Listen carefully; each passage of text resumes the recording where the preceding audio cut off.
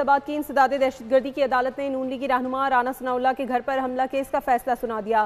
पाकिस्तान तहरीक इंसाफ के कई बड़े रहनुमाओं को कड़ी सजाएं अदालत ने उमर अयूब, शबली फराज, सरताज गुल और कंवल शोज़ब को 10-10 बरस कैद की सजा सुना दी। फवाद चौधरी और ज़ैन कुरैशी को बरी कर दिया गया।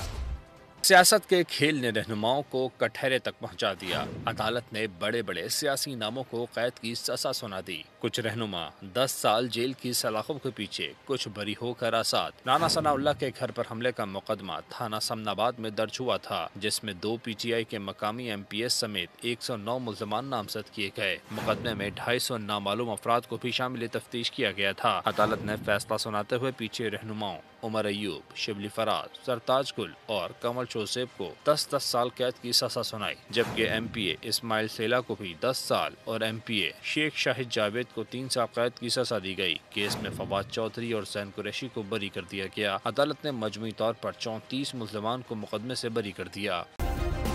सब्सक्राइब करें और बेल दबाएं ताकि कोई खबर रह न जाए।